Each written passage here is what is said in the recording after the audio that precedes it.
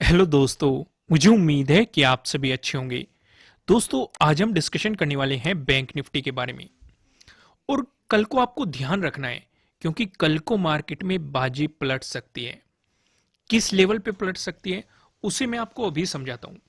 यहाँ पे आप देखेंगे मार्केट में जो आज मोमेंटम आया है, बहुत सारे रीजन बने हैं कि मार्केट में पॉजिटिव मोमेंटम रहे, जो कि हम आपको लॉजिक वाली वीडियो में एक्सप्लेन करेंगे। शाम तक आपको लॉजिक वाली वीडियो मिल जाएगी, वहां पे हम इसे डिटेल में समझेंगे। लेकिन मैं एक हल्का सा ओवरव्यू बता देता हूं आपको। पहला रीजन था 14 का, अगर आप देखेंगे डे हाई का आपको यहां पे ब्रेकआउट देखने को मिला है और प्राइस ऊपर सस्टेन भी किया है। पहला प्लस पॉइंट था कि मार्केट में एक पॉजिटिव मोमेंटम आएगा। दूसरी अगर प्लस पॉइंट की बात करें, एक रेजिस्टेंस हो सकता था जो 9th का डे हाई था। लेकिन अगर आप ध्यान देंगे मार्केट ने पहली ही कैंडल में दोनों के डे हाई का ब्रेकआउट दे दिया। 12th के भी डे हाई का ब्रेकआउट दे दिया और 9th के भी डे हाई का ब्रेकआउट दे दिया। तो यानी कि ये दूसरा पॉजिटिव रीजन था, क्योंकि यहाँ पे डे हाई का आपको ब्रेकआउट मिल रहा है, तो आपके लिए यहाँ पे डे हाई के ब्रेकआउट वाली स्ट्रेटेजी काम करेगी। अब जो मैं आपसे कह रहा हूं कि बाजी पलट सकती है, वो बाजी कब पलटेगी?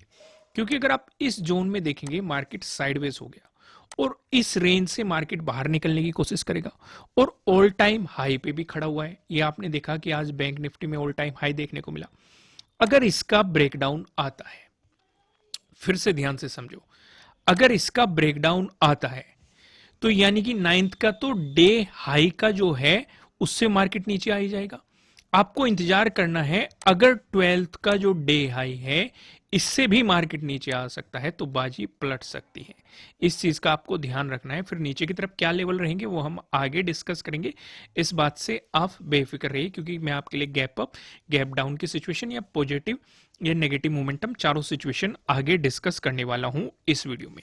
तो मैंने फिर से क्या समझाया कि किस लेवल के बाद आप बाजी पलट सकती है, वो आप अच्छे तरीके से समझ चुके हो। लेकिन हम यहां पे क्या देख रहे हैं कि मार्केट ने ये रेंज बना दी है। अगर कल को भी मार्केट इसी रेंज में रहा तो आपको ट्रेडिंग को अवॉइड करना है। आपको इंतजार करना है, भले ही पूरा दिन लगे, इंतजार करना है इस रेंज के ब्रेकआउट या ब्रेकडाउन का। उसी तरफ आपको अपॉर्चुनिटी मार्केट में मिल जाएगी। अब मैं आपको लेके चलता हूं प्राइस एक्शन के अकॉर्डिंग सपोर्ट और रेजिस्टेंस पे। यहां पे चीजों को समझने की कोशिश करते हैं। यहां पे हम चार चीजों का डिस्कशन करेंगे। पहला डिस्कशन करते हैं, अगर मार्केट गैप अप ओपन हुआ। अब इसके लिए आपको जाना पड़ेगा वन डे के टाइम फ्रेम पे। यहां पे आप देखेंगे वन डे के टाइम फ्रेम पे आपको क्या दिखाई दे रहा है कि जब भी ऑल टाइम हाई लग रहा है और गैप अप ओपनिंग हो रही है तो आपको एक रिवर्सल देखने को मिल रहा है। यहां पे देखेंगे, यहां पे ये सिचुएशन थी, फिर ऑल टाइम हाई लगा, रिवर्सल सिचुएशन आपको देखने को मिली। यहां पे गैप अप ओपनिंग हुई, फिर रिवर्सल सिचुएशन देखने को मिली। यहां पे ऑल टाइम हाई लगा था, गैप अप ओपनिंग हुई, फिर रिवर्सल सिचुएशन आपको देखने को मिली। हालांकि यहां पे लगभग मार्केट फ्लैट ओपन हुआ है, लेकिन ऊपर से आपको एक हल्का सा रिजेक्शन देखने को मिल रहा है। लेकिन हमें इससे कोई मतलब नहीं है। हमें इन तीन सिचुएशंस पे फोकस करना है कि अगर गैप अप ओपनिंग होती है, और कहां पे ओपनिंग होती है, जो ये हाई लगा है आज 13 का जो डे हाई लगा है, अगर इससे ऊपर आपको लगभग 200 टू 300 पॉइंट के अराउंड गैप अप ओपनिंग देखने को मिल जाती है, तो ज्यादा पॉसिबिलिटी है कि मार्केट इस गैप को फिल करेगा। ये मैंने आपको अभी तीन एग्जांपल दिखाई कि ऐसा कब हुआ है। वन डे के टाइम फ्रेम पे मैंने आपको ये तीनों कैंडल्स दिखाई। ये चीज आप अच्छे तरीके से समझ गए। यहां तक सारी चीजें क्लियर है। अब थोड़ा सा हम वापस आते हैं और चीजों को डिस्कशन करने की कोशिश करते हैं। अब मान लो मार्केट ने गैप अप ओपनिंग दे दी। पहली पॉसिबिलिटी तो हमारी यही है कि गैप गैप को फिल करने की कोशिश करेगा। वो किस कंडीशन में? आपको यहां पे जो पहली कैंडल बन रही है उसके लो को मार्क कर लेना है। अगर इस लो का ब्रेकडाउन आया और मार्केट तभी गैप को फिल करने की कोशिश कर सकता है अगर प्राइस नीचे सस्टेन करा, पहली कंडीशन रहेगी। दूसरी कंडीशन क्या रहेगी? मार्केट ने इसका ब्रेकडाउन दिया और मार्केट फिर वापस से गया और इसे रिटेस्ट किया, फिर गिरावट दिखाई। ये सबसे बेस्ट कंडीशन रहेगी इस सिचुएशन पे। लेकिन एक और पॉसिबिलिटी हो सकती है, जैसे कि मैंने आपको क्या कहा है कि डे हाई आपके लिए क्या काम करता है, ये सपोर्ट की तरह काम करता है। अगर मार्केट इसे ऊपर से नीचे की तरफ अप्रोच कर रहा है, अगर नीचे से ऊपर की तरफ अप्रोच कर रहा है तो ये रेजिस्टेंस की तरह एक्ट करेगा, ऊपर से नीचे कर रहा है तो सपोर्ट की तरह एक्ट करेगा। तो हम डिस्कशन क्या कर रहे हैं, यहां पे हम डिस्कशन कर रहे हैं गैप अप ओपनिंग का। तो अगर वो सिचुएशन बनी तो मार्केट इस लेवल पे सपोर्ट लेके एक बाउंस भी दिखा सकता है। आज ही के दिन हमने ये देखा, क्योंकि आप देखेंगे जो 12th का डे हाई था जिस जोन में, मार्केट ने उसी जोन में सपोर्ट लिया और वहीं से ही एक पॉजिटिव मोमेंटम दिखाया। फिर मार्केट ने 9th का जो डे हाई था उस पे भी सपोर्ट लिया, आपको रिजेक्शन कैंडल दिखाई दे रही है, और वहां से 2-2 दिन का सपोर्ट लेके मार्केट ऊपर गया है। क्लियर है, उस सिचुएशन को भी आपको ध्यान में रख के चलना है, यहां पे समझिए। अब गैप डाउन अगर ओपन हो गया, इस सिचुएशन को थोड़े से ध्यान से समझो। अब हमें नीचे क्या दिखाई दे रहा है, एक तो 12th का डे हाई दिखाई दे रहा है, मार्केट इसे ऊपर से नीचे की तरफ अप्रोच करेगा तो ये सपोर्ट की तरह एक्ट करने वाला है। एक हमें 9th का डे हाई दिखाई दे रहा है, ये भी हमारे लिए सपोर्ट की तरह एक्ट करेगा, और मार्केट ने यहाँ पे सपोर्ट लिया हुआ भी है, ये भी आपको साफ साफ दिखाई दे रहा है। इसलिए डे हाई, डे लो और डे क्लोजिंग, इन तीनों चीजों को मार्क करके रखा करो, ये आपके लिए काफी मदद करते हैं प्राइस एक्शन के अकॉर्डिंग। इन चीजों को हल्के में मत लिया करो, मैं आपको डिटेल में समझाता हूं, तो इन चीजों को समझा करो। तो अगर मार्केट इसी जोन के आसपास अगर आपको गैप डाउन ओपनिंग देती है तो पॉसिबिलिटी है ये सपोर्ट की तरह एक्ट कर जाए और मार्केट को बाउंस करवा दे। उस सिचुएशन पे 13 का जो डे हाई है, मार्केट इसे अप्रोच करता हुआ आपको नजर आएगा, या फिर आप ये भी कह सकते हैं 44,000 का जो जोन है, मार्केट उससे अप्रोच करने की कोशिश करेगा। यहां तक चीजें समझ में आ रही है, कोई भी कंफ्यूजन नहीं है ना, यहां तक चीजें क्लियर है। अगर मार्केट ने इसका ब्रेकडाउन दे दिया, मान लो मार्केट ने सपोर्ट नहीं लिया, इसका ब्रेकडाउन दे दिया, फिर आपको बेहतरीन सेलिंग अपॉर्चुनिटी मिलेगी और मार्केट सीधा सीधा जो 8th का डे हाई है इसे अप्रोच करने की कोशिश करेगा, यानी कि 43,600 के जोन तक आपको यहां पे सपोर्ट देखने को मिलेगा। ये तो डिस्कशन हो गए गैप अप या गैप डाउन के। अगर मार्केट ने फ्लैट ओपन होकर पॉजिटिव मोमेंटम दिखाया, उस सिचुएशन पे क्या प्रोबेबिलिटी हो सकती है, उस सिचुएशन पे 44,000 आपके लिए पहला रेजिस्टेंस रहेगा। अगर आपको इसका भी ब्रेकआउट मिलता है तो 44,300 आपके लिए अगला रेजिस्टेंस जोन रहने वाला है।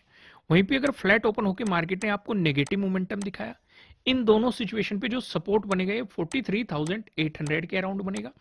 इसके पीछे का लॉजिक क्या है, एक तो यहाँ पे आज 13 का डे लो है जो कि सपोर्ट की तरह एक्ट करेगा, इसी जोन में 12th का डे हाई है, ये भी आपके लिए सपोर्ट की तरह एक्ट करेगा, और यहीं पे 9th को भी आपको ने मजबूत रिजेक्शन देखे, हालांकि हाई इसका थोड़ा सा ऊपर है जहां पे भी मार्केट सपोर्ट की तरह एक्ट कर सकता है। लेकिन अगर 43,800 का ब्रेकडाउन मिलता है तो 43,600 पे अगला सपोर्ट मार्केट का होने वाला है। यहां तक चीजें क्लियर होगी, कोई भी कंफ्यूजन नहीं है ना। अब फिर से मैं आपको वन डे के टाइम फ्रेम पे लेके आता हूं, यहां पे एक डिस्कशन और बाकी है। आपकी याद होगा मैंने एक रेंज आपके साथ डिस्कस की थी, ये तो याद है आपके। मैंने क्या कहा था कि मार्केट ऊपर रेजिस्टेंस की तरह एक्ट कर रहा है, नीचे सपोर्ट की तरह एक्ट कर रहा है, और यहां पे जब हमें इसका ब्रेकआउट मिला था, हम जानते हैं रेजिस्टेंस से ब्रेकआउट मिलेगा तो सपोर्ट की तरह एक्ट करेगा, तो इन दोनों कैंडल ने सपोर्ट की तरह आपको एक्ट किया था इस रेजिस्टेंस जोन पे, जो कि पहले रेजिस्टेंस जोन बना हुआ था। अगर नेगेटिव मोमेंटम आया, वो किसी भी रूप में हो सकता है, या तो गैप डाउन ओपनिंग हो जाए या फिर फ्लैट ओपन होकर मार्केट आपको नेगेटिव मोमेंटम दिखा दे, दोनों ही सिचुएशन पे ये जो जोन रहने वाला है ये हमारे लिए मजबूत सपोर्ट की तरह एक्ट करेगा। यानी कि जो हमारा पिछले दिनों का लो है, यानी कि 12th का जो लो है और 9th का जो लो है, ये आपके लिए एक मजबूत सपोर्ट की तरह एक्ट करेगा, क्योंकि ये उसी जोन में है जिसकी मार्केट काफी दिनों से रेस्पेक्ट कर रहा है। इवन अगर आप देखेंगे नवंबर का भी लास्ट वीक लगा लो और दिसंबर से अभी तक का लगा लो, मार्केट इसी जोन में रहा है, तो एक मजबूत सपोर्ट की तरह एक्ट करेगा। यहां पे आपको अपनी प्रॉफिट बुकिंग करनी चाहिए। समझ में आई सारी चीजें, क्रिस्टल क्लियर है। आगे बढ़ते हैं। अब मैं आपको एक बात और समझा देता हूं, हम समझते हैं नो ट्रेडिंग जोन के बारे में, जिससे कि आपको आइडिया लग जाए कहां पे आपको ट्रेडिंग नहीं करनी है। यहां पे आप देखेंगे दो रेड लाइन आपको दिखाई दे रही है, ये नीचे वाली लाइन 43,853 है, जो कि कहीं ना कहीं आप देखेंगे 9th का डे हाई भी इसी के नजदीक है। ऊपर वाला लाइन की बात करें 43,980 की है, जो कि आप देखेंगे आज का डे हाई इसी जोन में है।